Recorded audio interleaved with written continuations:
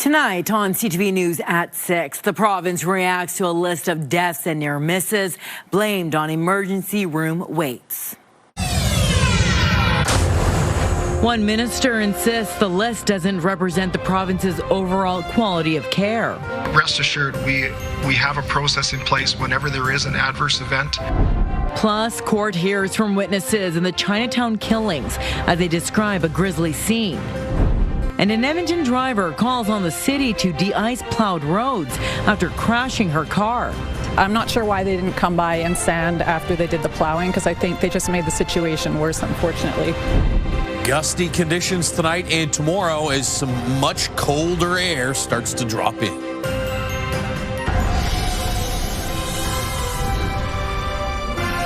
CTV Edmonton, local breaking news with Nariman Issa. Good evening. The province's Minister of Hospitals says he doesn't believe a recently released list of deaths and near misses in Alberta's ERs is a representative of the state of Alberta's healthcare system.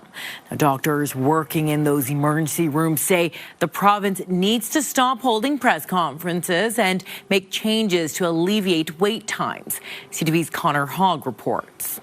Alberta Hospitals Minister Matt Jones says the new emergency room at the Peter Lougheed Centre in Calgary will add 97 patient beds and 28 emergency beds to the province's acute care system. It is an unfortunate reality that sick and frail people do access care in hospitals. While the beds are supposed to open at the end of February, doctors have spent the last couple of weeks calling for more immediate help.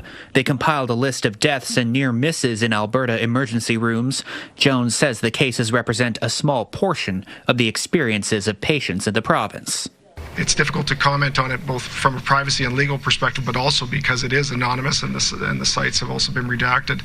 But rest assured, we have a process in place whenever there is an adverse event. I think that emergency physicians have already made it loud and clear how bad the conditions are, how much our patients are suffering. I think we need to find a way to move this narrative forward to what are we going to change. Dr. Warren Thirsk says the province doesn't understand the toll that ER shortages are having on both physicians and the patients they care for. When we express what our patients are suffering and we get tone-deaf announcements or announcements that are just, coded over, they tell us it's the flu when I know it's not the flu, then it makes us feel like we're not being heard. The opposition NDP is asking to call back the legislature early to deal with problems in the health system. What we need is to ensure that there is one group that has decision-making authority that is making decisions across acute care, primary care, assisted living, and recovery in Alberta. I've met with physicians. I've offered working group meetings between Acute Care Alberta, my department, and the AMA. And all day long, we want to work with everyone to make the system better. The Alberta Medical Association has confirmed to CTV News that a meeting with Minister Jones is in the works. It says no date is set. Connor Hogg, CTV News, Edmonton. The Alberta Association of Midwives says moving the midwifery program from Edmonton to Fort Saskatchewan could leave a gap in care.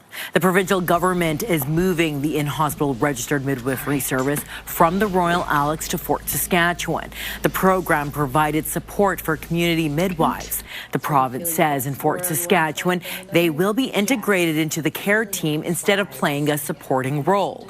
The association says instead of moving the program, it would like to see more midwives. It's a program that exists in Calgary, so, it's something that we see has been very beneficial for sustainability of the profession for midwives who are on call 24/7.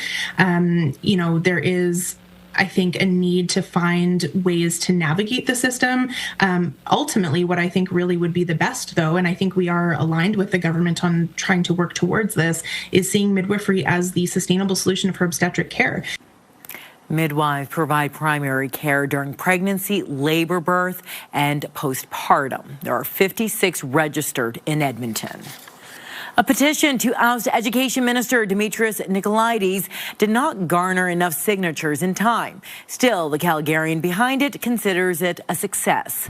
Jenny Yermy brought a box of the signatures to the Elections Alberta office in Edmonton this afternoon. She says nearly 7,000 signatures were collected.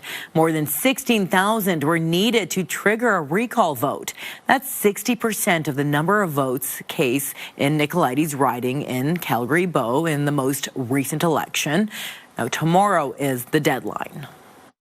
This is, to me, a tremendous success. 6,800, or call it more than 6,500 signatures doesn't tell our education minister that his constituents have an issue with the way that he's leading us. I don't know what will. The petition was the first of 26 launched against members of Alberta's legislature in the final months of 2025. The next deadline is on February 3rd for Airdrie East MLA Angela Pitt. The owner of an auto body shop in Chinatown was among several witnesses called to testify at a murder trial today. Now, his employee is one of the two men beaten to death during a pair of unprovoked attacks in 2022. A day he says was traumatic and one he will never forget. CTV's Amanda Anderson reports. What happened inside the washroom of this auto body shop is the current focus of a second-degree murder trial. Justin Bone is accused in unprovoked attacks in Chinatown nearly 4 years ago, killing 64-year-old Hung Trang, an employee at the auto body shop, and 61-year-old Bon Fu Kwang at his nearby electronics store. Today, the owner of the auto body shop was called as a witness. Anthony Hyde told the court he was in a different building when an employee came to tell him there was an altercation. A video timeline from several surveillance cameras was played. Hyde says 3 employees went with him to see what was going on, as seen in the video. He testified a man was coming out of the washroom and mumbled something about wanting to fight. Hyde says an employee then asked for someone to call 911. It was then he saw Trang in the bathroom area. I saw Hung laying face down on the floor with water flowing, Hyde said, explaining the water was coming from a toilet that had been broken. Hyde says he wanted to keep the man in his sights, eventually getting into his vehicle to follow him. I don't want to incriminate myself, but I made an illegal U-turn, Hyde testified, saying he also called a private security company he'd hired because of past problems in Chinatown. During cross-examination, Bone's lawyer pointed out a few discrepancies between what Hyde said in court and what he told police at the time. The defense asked if he agreed his memory may have faded. Hyde replied yes and no, saying it was traumatic. He agreed he may have forgotten a few specifics, but told the court it's pretty hard to forget something like this. 2 other shop employees testified, one telling the court he and Trang both asked the man to leave. He also recalled seeing what he thought was dried blood on the man's face. The trial continues tomorrow. Amanda Anderson, CTV News, Edmonton. Edmonton police have released a new composite sketch of a child that went missing in 1983. Tanya Morrell was 6 years old when she was last seen walking home from Grosvenor Elementary School for lunch 43 years ago today. Family and friends reported her missing when she did not arrive home. Police have released sketches of what Morrell may look like today at age 49 in hopes of generating tips. They say the sketch was created using photographs, known physical characteristics, modern forensic techniques, and consultation with family. Edmonton police say Morrell is its only outstanding missing child case. City Council is gearing up for a detailed debate about the snow and ice budget this summer. One councillor wants to explore adding surge capacity to that budget so the city can respond faster to extreme snowfall. Sure, we can have that base budget, but in the event of unforeseen circumstances, do we have a solid and workable plan that will ensure that in the future we don't find ourselves in the same situation that we just recently went through? Edmonton saw 3 times the amount of snow it usually does in the month of December. Councillor Aaron Paquette says people have told him they are willing to pay a bit more in taxes for better snow clearing. Now he's asking city staff to look into on-call contracts for private plow operators, how to clear sidewalks for those with mobility issues, and the frequency of extreme winter weather. The city is updating its rules for developing, using, and protecting the river valley. The Ribbon of Green strategic plan was first passed more than 3 decades ago. This updated version was done in consultation with Indigenous nations, conservationists, and a range of user groups. The plan sets standards for protecting and restoring natural areas, river access, development, and general land management. City staff and council will lean on the policy when making decisions that impact any part of the river valley. We love our river valley, and we all like to use our river valley differently. For some of us, it's a picnic. Others, it's a hike. Some people, it's home. It's very complex to make a plan that serves not just the river valley, but all of the ravines and everything else. But this plan endeavors to do that. Activities that were allowed under the old ribbon of green policy are still allowed under the new one.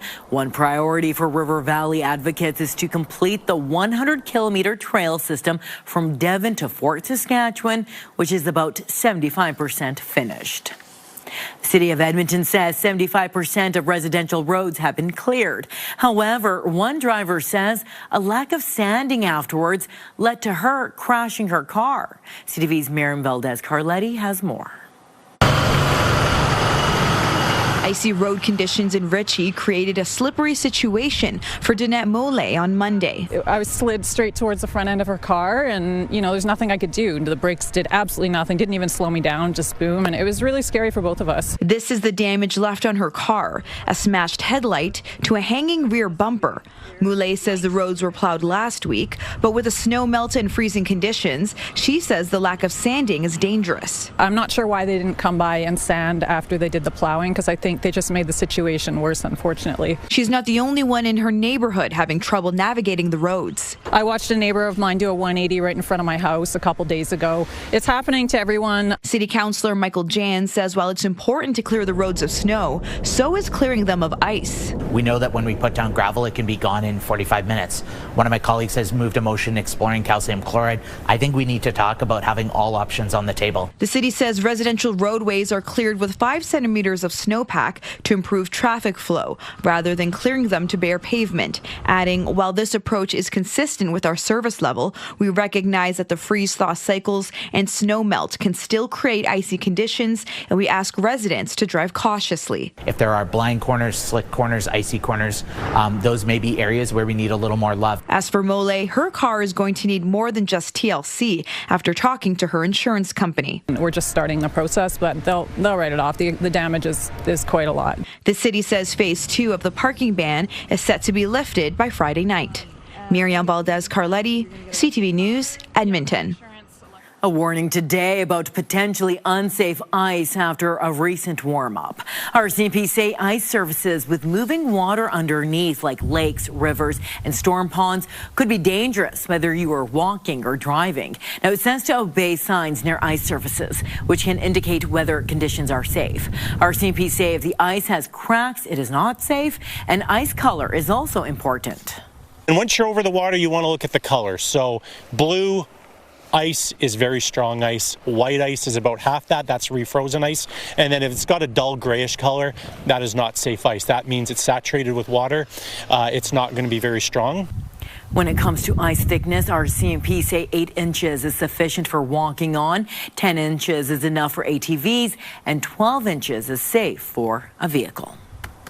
First check on weather, and Josh, we had some mild temperatures. However, slowly on the way out. Yeah, I think today was the last mild day that we'll see for a while. We're at 0 in downtown Edmonton right now, and the wind for the past couple of hours has actually been fairly light. It has started to pick up, though, in the last little bit. Villeneuve Airport, you can see gusts to about 45 kilometers per hour. We're now 20 gusting to about 35 in downtown Edmonton, and we'll probably keep those gusts through the remainder of this evening and overnight tonight. Maybe even a little bit of flurry or blowing snow activity here in the next couple of hours. We'll show you the radar in a second. -6 was your morning low. That was on par with the average high for this time of year. We're going to flip things, and by Thursday, Friday, the daytime highs will be colder than the average lows for late January. There's that little band of snow from West Loch off to the east towards Smoky Lake, and it is tracking really quickly off to the southeast. This is not going to amount to all that much, but because of the combination of wind and snow, you're going to see some significantly reduced visibility through the Morinville area here in the next half hour or so, and through at least parts of the city of Edmonton within the next hour or two. We already have some significantly reduced visibility and some snow squall watches and warnings for areas further to the northeast. All the areas there in green, which include regions just east of Edmonton. That's a wind warning. We'll talk more about that in a second. The snow squall warning is for that dark pink zone up around Fort McMurray and south. And I think that light pink zone around Cold Lake, Bonnyville, St. Paul, which is a watch right now, that probably becomes a warning here in the next few hours as well. Closer look at that. Tell you more about the cold that's coming in just a few minutes. Well, coming up on CTV News, Alberta beef is heading China's way. Well, we've welcomed them reopening. To be honest, it should have been reopened 3 years ago, almost 4 years ago. China lifts its ban on Canadian beef after Ottawa strikes a tariff deal with Beijing. Plus, a lot of work the last 4 years and just basically my whole career playing, like it's built up to this moment here. An Edmonton hockey player is named to the men's Paralympic hockey team.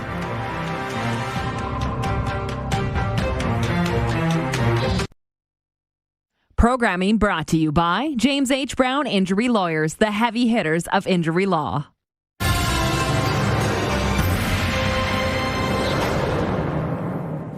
The first shipment of Canadian beef to China in more than 4 years is being prepared.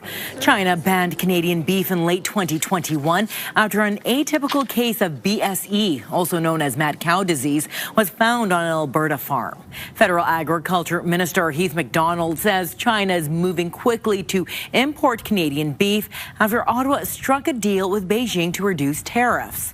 MacDonald says he's aware of a Canadian company shipping its first load of beef to China next week. It's very interesting because when the door opened, it opened, and business people, and I got to give kudos to our stakeholders, farmers and processors, ranchers. They're ready. We've welcomed them reopening. To be honest, it should have been reopened 3 years ago, almost 4 years ago. There was never scientific justification for maintaining the closure. A Chinese importer has also bought a shipment of about 60,000 metric tons of Canadian canola. It's the first order since China halted imports in October in the dispute over tariffs. Now, meantime, new research does suggest that canola remains a vulnerable export. Analysis from the University of Calgary shows 90% of Canada's exports of canola is absorbed by China and the U.S. Now, options to send the crop elsewhere are limited, and says the European Union has restrictions on genetically modified products, essentially shutting out Canadian canola. Most of the crop grown in Canada is genetically modified, and other countries have limited infrastructure to crush the crop into oil. A group of Albertans, including Alberta's education minister, have successfully climbed Mount Kilimanjaro for charity. The group summited Africa's highest mountain in Tanzania as part of a fundraising effort called Melanie's Ascent. It's in honor of Demetrius Nicolaides' sister, who was killed by her estranged husband 2 years ago. It took the group 8 days to reach the peak at more than 19,000 feet elevation. They also reached their fundraising target of $300,000 for Fear Is Not Love. That helps women facing domestic abuse. An athlete from Edmonton has cracked Canada's Paralympic hockey roster for the upcoming Winter Games. Micah Kovacevic will be one of 17 players to wear the maple leaf at the Paralympics in March. Now, Kovacevic has played for Canada's national team since 2018. This will be his Paralympic debut. It's a big accomplishment for the 28-year-old. It was really special. Put a lot of work the last 4 years and just basically my whole career playing, like it's built up to this moment here, and it was a lot to take in, and really, obviously, really special. Kovacevic is one of 2 Albertans who made the team. The other player is from Calgary. Their first game is against Slovakia on March 7th. Oilers forward Leon Draisaitl will miss a 3rd straight game tonight. Vasily Podkolzin is getting a shot to shine alongside Connor McDavid. One of the best players in the world. Like it's easy game right now for me, and just awesome to have opportunity. Good to be me right now in this league, I think. Now, head coach Chris Knobloch expects Draisaitl will return later this week. The Oilers host the New Jersey Devils tonight and have a chance to win 3 games in a row for the first time this season. The Oilers have only given up 1 goal over their last 3 games. Crazy that we're 2-1 with only one goal in that other one, but I would say starts with our goaltending. It's been phenomenal. Giving us a chance every game. Goaltending, obviously they've made some huge saves and big moments, but keeping the looks that we give up pretty consistent. I think when you're checking well and doing the right things as a team, there's a lot more predictability in the D zone. Tonight's game against the Devils begins at 8. Tristan Jarry will be in net. The Oilers will also be celebrating Indigenous culture during tonight's game. A$AP Rocky is coming to Edmonton in July in support of his new album.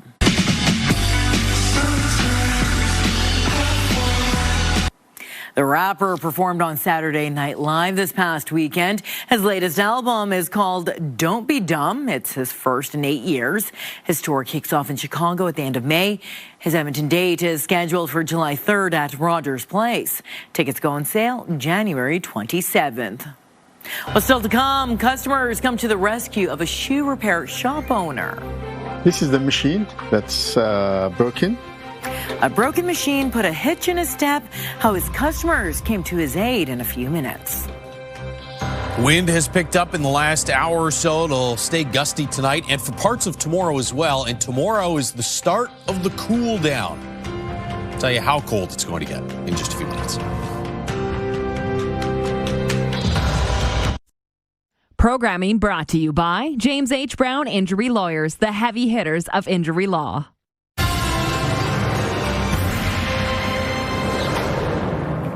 Well, it was too cloudy for people in Edmonton to see the Aurora Borealis last night. The light shone bright in other parts of Alberta and across the country. Pilot Matt Melnick took these photos from 37,000 feet on his way to the UK.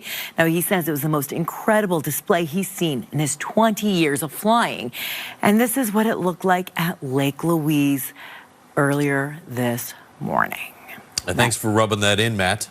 I know. Hey, his most spectacular at 20 years of flying. I did fly. And we were clouded out. I did fly through the Aurora when I was on my way overseas, yes. And it was purples and greens and everyone was asleep. And I was looking around like, people look out your window. But take it in while you can. Kind of like the temperatures. Take in the mild air while you can for a few more hours. River Valley Skycam is brought to you by Action Furnace. Fixed right or it's free. We're cloudy and 0 in Edmonton right now. That'll end up as the daytime high for today. -3 in Fort McMurray, -1 in Grand Prairie and Red Deer. There's a big drop in temperature on the way over the next couple of days, especially for central and eastern parts of the province. You have this wind warning for areas just east of Edmonton, down through the Red Deer region, all the way to the south, on the just hugging the western side of the Saskatchewan border. And then, as we mentioned earlier in the newscast, that snow squall watch that was in effect for Cold Lake, Bonnyville, St. Paul, that has now been converted to a warning. And I think the warning may be ended in Fort McMurray fairly quickly. You can see these heavier bands of snow in the darker purple are now south of Fort McMurray and tracking off to the southeast. So it's going to get worse in through areas around Cold Lake and Bonnyville as those heavier bands roll through. You get a snow squall. It's really brief. Basically just a really brief blizzard. Doesn't last all that long, but you briefly get some intense snowfall and some strong wind gusts. Wind gusts had died down in Fort McMurray. They were back up to 80-kilometer-per-hour gusts the last I checked, and you could see similar gusts as well in through this region. Here in Edmonton, there's that band of snow. It's moving pretty quickly off to the south and southeast. Looks like that'll rip through here over the course of the next hour or two, and then it's not going to deposit all that much snow on the ground. But combined with the fact that the wind has now picked up a little bit, blowing snow could briefly be an issue in the Edmonton region as well. You notice north of this, there's really nothing behind that. So once that little wave goes through, we'll be under mostly cloudy to partly cloudy skies through the overnight period and into tomorrow. Now, tomorrow, heaviest cloud cover through the morning hours will be off to the northeast. Same goes for the afternoon. West and south of Edmonton, there's actually some breaks in the cloud cover, and so we'll call it a mix of sun and cloud in the city. I think there's probably more cloud than sun on the whole through the day. And then we get some clearing from the east-northeast as an Arctic high drops in on Friday. Watch your temperatures. Not bad today across most of the province. All of a sudden, this colder air in the dark blues, the purples and the pinks starts to drop in. There's Thursday. In the pinks, daytime highs in the -20s. I think Thursday's probably the coldest. and then it gradually starts to move off to the east. By Sunday, western Alberta could actually be back around or maybe even above zero. I think it'll be a slower climb here in the city. Close to minus 20 for daytime highs Thursday, Friday, back into the minus 10 range through the weekend, and then by the middle to the end of next week, we're average or above average once again. 0 in Edmonton right now. It's minus 7 in Fort McMurray, minus 4 in Red Deer, and minus 2 in Grand Prairie, where the wind has backed off. Pretty strong, though, in Peace River. It's gusting to about 65 instead of 80 now in Fort McMurray. You're in for those strong gusts in the Cold Lake region. And here in Edmonton, we'll see gusts 40 to 50 kilometers per hour through the rest of this evening. A little gusty briefly midday tomorrow as well. It's going to feel more like about minus 15 to minus 20 with the wind chill. And then even without wind chill, daytime highs in the minus 15 to 20 range Thursday, Friday. Thank you, Josh. Well, a Toronto cobbler is back in business thanks to the efforts of some of his customers. When a key piece of equipment broke down, well, those who rely on his services stepped up. CTV's Corey Baird has the story. For nearly a quarter of a century, Alazar Beyane has been repairing shoes. 10-hour days. Good morning, shoe repair. 7 days a week. It's not glamorous work, but it's kept him on stable footing until last month. This is the machine that's broken. This stitching machine, a cornerstone of his cobbling business, is busted. Over 60 years old, they literally don't make them like this anymore. And without it, Beyane wasn't sure how he could make things work. This is my right hand, you know. He thought about diversifying, focusing on key cutting instead, but his customers weren't prepared to say goodbye to their community cobbler. Full service. Enter Marcia Shandor, a longtime customer who keeps coming back for the craftsmanship and the unexpected honesty. He has so much integrity. I brought him shoes before that he will not fix because he says the mend won't last. And then one time I took them somewhere else. I didn't tell you this. I took them somewhere else and they mended it for $30 and it broke within 1 week. Determined to give back, she started a GoFundMe to replace the broken machine. No mean feat given the scarcity of parts and the goal of $11,000. Beyane had just one question. The first thing he said is this legal? Above board and soon to be above their target. In less than a month, they've reached 90% of their fundraising goal. A new stitching machine has been sourced and is on standby all the way from Germany. I was so overwhelmed, you know, because I never expected that. People still are willing to help a stranger because there is good. There is still empathy. We still care about each other. The love and the support they showed me, I understand that how much they appreciate my service. Okay. I kind of like them. I didn't want to really part with them. Corey Baird, CTV News, Toronto. Still ahead on CTV News, Mark Carney addresses the leaders at the World Economic Forum. But we believe that from the fracture, we can build something bigger, better, stronger, more just. More on Carney's message for the world to present a united front. Plus, at this stage, it's too early to speculate on cause of death. The family of a BC teen found dead in Australia say they are heartbroken over the loss. Programming brought to you by Basement Systems Edmonton. Contact us today for all things basement-y.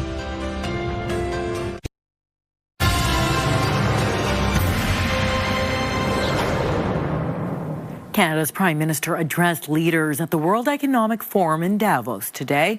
Mark Carney says the rules-based world order is fading and we must adapt. He also reaffirmed Canada's support for Greenland. CTV's Annie Bergeron-Oliver is in Davos with more on Carney's remarks.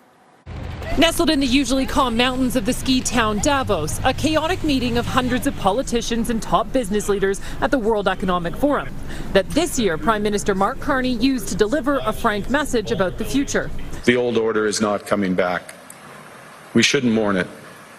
Nostalgia is not a strategy. But we believe that from the fracture, we can build something bigger, better, stronger, more just. Carney declared the U.S.-led world order dead and said countries must turn inward now that it's clear integration can lead to subordination. Call it what it is, a system of intensifying great power rivalry, where the most powerful pursue their interests using economic integration as coercion. Withstanding those economic shocks, the Prime Minister said will require like-minded countries to pivot, to work together to hedge uncertainty.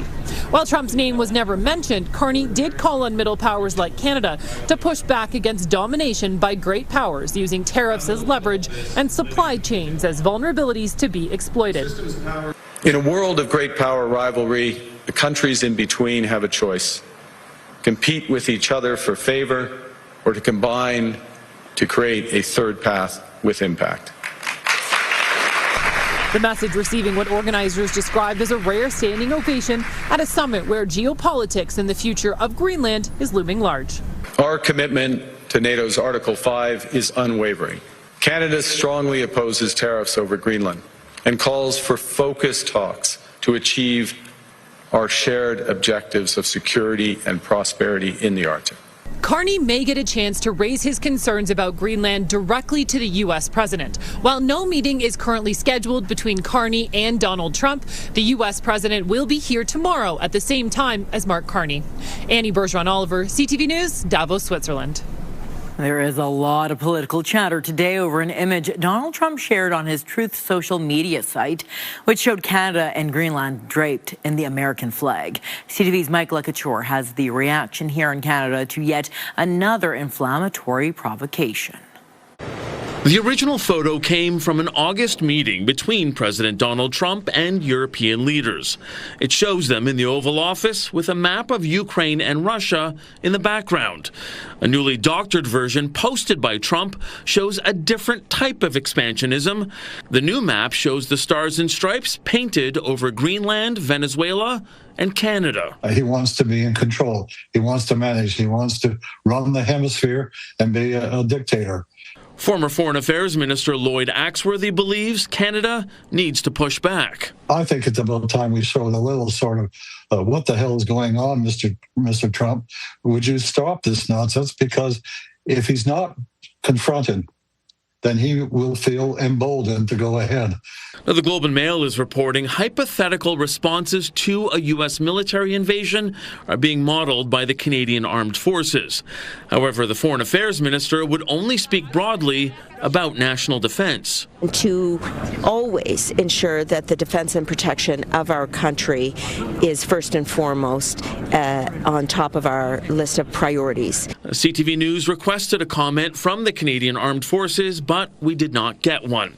Now, Trump has mused about taking over Canada for more than a year, but one of his former advisors downplayed the seriousness of that particular post. But just in an interview that he did a few hours ago, he didn't say anything about the United States taking over Canada, and in fact referred to Canada's interest also in the Arctic. So I wouldn't be too concerned about that from the Canadian perspective. Kellyanne Shaw says Trump is having a little fun with that post, but for many in Canada, it's serious. Mike Lecouture, CTV News, Ottawa. The father of a BC teen who was found dead in Australia says his family is heartbroken. Todd James posted, "Our hearts are shattered as we share the tragic loss of our beautiful daughter, Piper. We will always remember her infectious laugh and her kind spirit. I admired her strength and determination to go after her dreams." Piper James is from Campbell River. Her family tells CTV News the 19-year-old was backpacking through Australia with a close friend. She had reportedly been working in the area where she was found in Queensland. Police say her body was discovered at a beach surrounded by wild dogs. At this stage, it's too early to speculate on cause of death. We simply can't confirm whether this young lady drowned or died as a result of being attacked by dingoes. Police say it appears she went for an early morning swim and that the cause of her death is still under investigation. For the fourth time in less than 48 hours, a person has been bitten by a shark along Australia's New South Wales coastline. A 39-year-old surfer sustained wounds to his chest.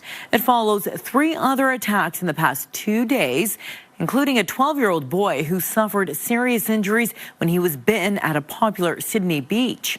The incidents follow days of heavy rains, which can create conditions that draw sharks closer to the shore. A severe dust storm swept through Libya today, causing many issues. The city of Benghazi was covered by a heavy orange haze. Flights out of 2 international airports faced disruptions. Now, the storm uprooted trees, caused property damage, and knocked out power for thousands of people. Well, coming up, kids and screen time. Kids' digital lives are really shaped not just by families, but by schools, by industry design choices, and by public policy as well. A new report shows screen time limits are no longer enough. What else a new policy recommends?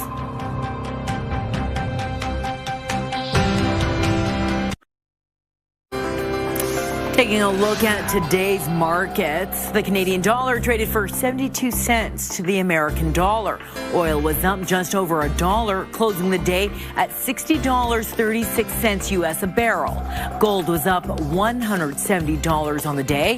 The TSX and the Dow Jones were both ending the day lower, down 340 points and 870 points respectively. The American Academy of Pediatrics has released a new policy statement about screen time for children. A decade ago, it called on parents to limit the amount of time kids spent on a phone, computer, or tablet. But new guidance now also puts the onus on government and tech companies. CTV's Tyson Fedor explains.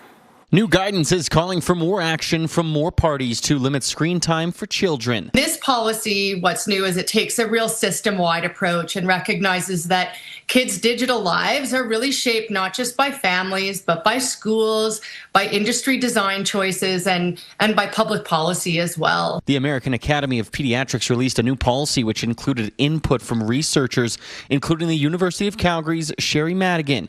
Experts are calling for change from tech companies and government. Includes things like turning off autoplay by default, limiting these algorithmic feeds to kids, and removing a lot of targeted advertising that's going towards young children.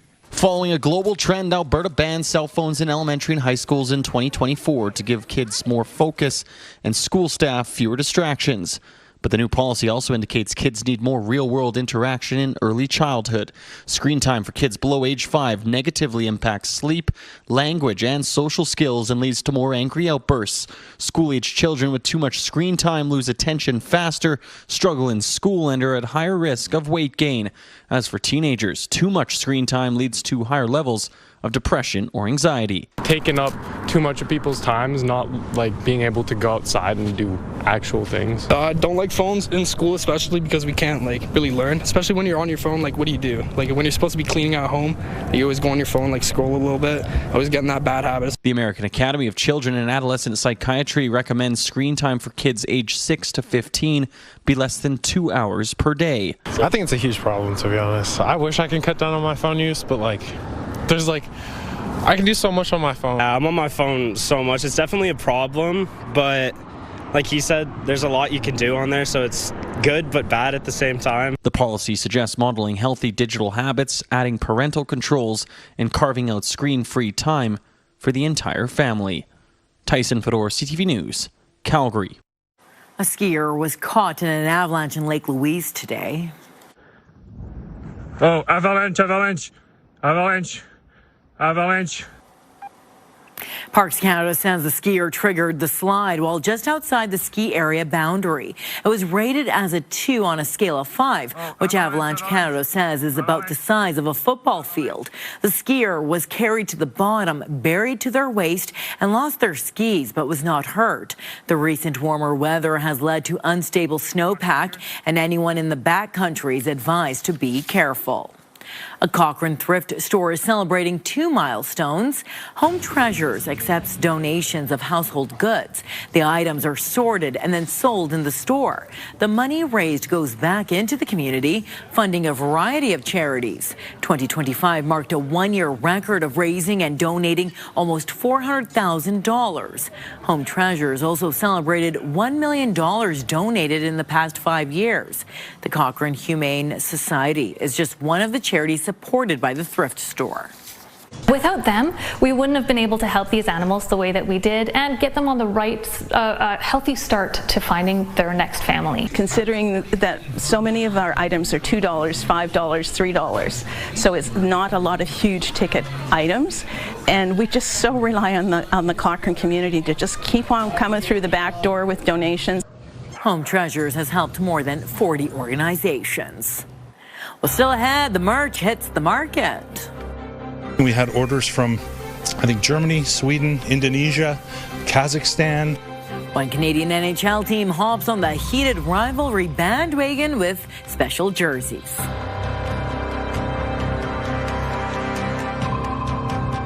Stay with us. We've got another full night of great shows for you tonight on CTV. Wednesday on Your Morning, the rise of online pet health hacks and how to spot misinformation. And it's Bell Let's Talk Day. We'll tell you about a program encouraging men to buddy up for mental health. Your Morning Edmonton, weekdays. Senators are selling heated rivalry-inspired Senators jerseys, and fans across the world are scooping them up fast.